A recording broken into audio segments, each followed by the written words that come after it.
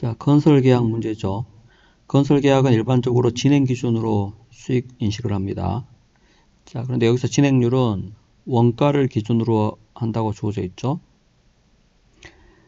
자, 그래서 각 연도별 진행률을 원가 기준으로 계산합니다. 자, 지금 X1년 말까지 보면 X1년 말에 이 건설과 관련된 계약 원가를 얼마로 예측했습니까?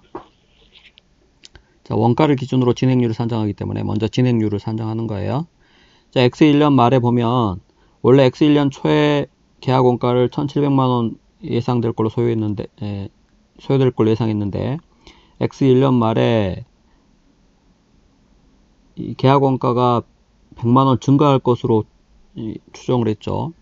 즉 X1년 말에 회계 처리를 할 때 총 계약 원가가 1,800만원으로 예측이 되었겠죠. 그래서 1,800만원 예상되는 계약 원가 중에 X1년까지 발생한 누적 계약 원가가 540만원이기 때문에 자, 원가 기준으로 진행률 산정하면 1,800만원 분의 540만원, 즉 30%입니다. 자, 최초에는 1,700만원 계약 원가 발생을 예상했지만 지금 X1년 말에 100만원 추가될 걸로 추정됐기 때문에 X1년에 회계 처리를 할 때, X1년 말 회계 처리를 할 때 예상되는 총 계약 원가는 1,700만원이 아니라 1,800만원이에요. 그래서 1,800만원 분의 X1년 말까지 발생한 누적 계약 원가 540만원, 그 비율 30%가 진행률입니다. 자, 그리고 그 후에도 계약 원가 추정액 변동이 없어요. 그래서 총 계약 원가 1,800만원 중에 X2년의 진행률은 총 계약 원가 1,800만원 중에 X2년 말까지 누적 발생 계약 원가 1,530만원이죠. 이게 X1년, X2년 다 누적된 금액이기 때문에 그냥 이 금액 그대로 쓰시면 됩니다. 그래서 1,800번에 1,530만원 이렇게 하면 원가 기준으로 X2년 말까지의 누적 진행률은 85%이죠. 자, 따라서 X1년 누적 계약 수익은 총 계약 금액 2천만원에 받을 금액이죠. 2천만원의 30%를 수익으로 인식해야 되죠. 진행률이 30%이므로. 원가는 예상되는 총 원가가 1,800만원이므로 1,800만원의 30%에서 540만원을 계약 원가로 인식을 해야 되겠죠. 그래서 계약 수익에서 계약 원가 빼면 그 계약 이익이므로 X1년 계약 이익은 60만원을 인식해야 됩니다. 자, 그런데 X2년 인식할 금액은 자, 누적이에요. 이 진행률이 누적 진행률이기 때문에 누적 계약 수익은 계약 금액 2천만원의 85%가 즉 1,700만원이 누적돼서 인식될 계약 수익이죠. 자, 따라서 X2년에 인식할 계약 수익은 X1년에 인식한 금액 뺀 나머지 얼마 1,100만원이 계약 수익으로 인식돼야 될 금액이죠. 요 차액.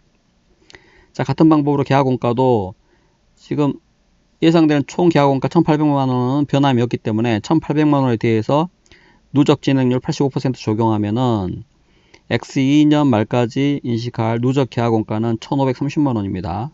자, 그런데 X1년에 계약 원가 540만원 인식했기 때문에 X2년에 인식할 계약 원가는 요 차액 990만원을 인식해야죠.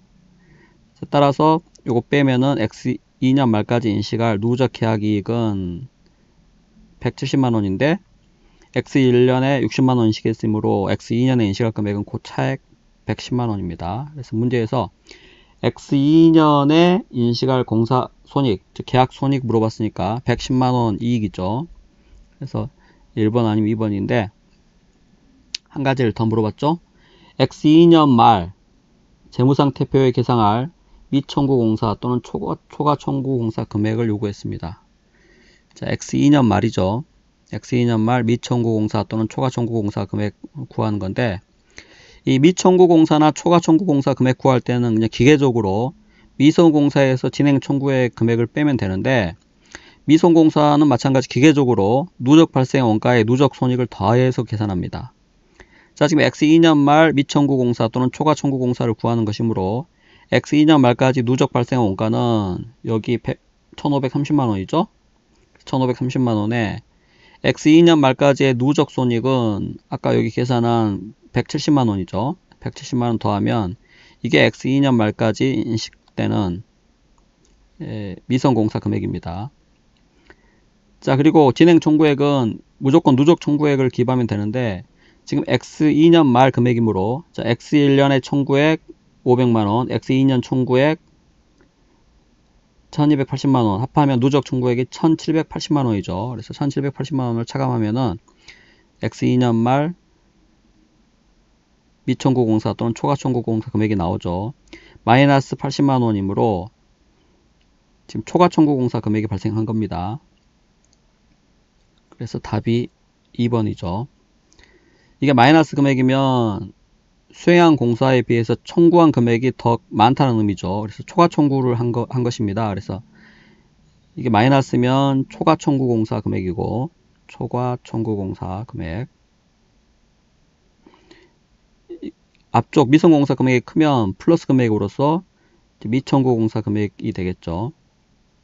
그래서 이 미청구 공사와 초과 청구 공사 금액의 의미는 미청구 공사는 계약자산에 해당됩니다. 계약자산. 수행한 공사가 청구한 금액보다 더 많기 때문에 계약과 관련해서 수행한 그 영역에 대해서 받을 권리가 있는 거죠. 그래서 계약자산입니다. 자, 청구한 금액이 많으면은 계약부채죠. 초과청구공사 계약부채. 그래서 받은 금액이 더 많으므로 앞으로 추가로 이 영역을 더 이전해야 한다는 것입니다. 그래서 영역을 추가로 이전해야 하므로 계약부채죠. 부채가 인식됩니다. 그래서 문제에서 이 과거에는 미청구공사, 초과청구공사 주로 이렇게 이 금액을 물어봤는데 앞으로는 혹시 시험에 출제된다면 용어가 계약자산이나 계약부채 금액을 요구할 수 있어요. 그래서 계약자산이나 계약부채, 즉 X2년 말 계약자산이나 계약부채 금액이 얼마인지 물어보면은 초과청구공사 계약부채이므로 계약부채 80만원이라고 답을 해야 될 것입니다. 그래서 미청구공사는 계약자산, 초과청구공사는 계약부채에 해당되는 것을 꼭 기억해 두시기 바랍니다.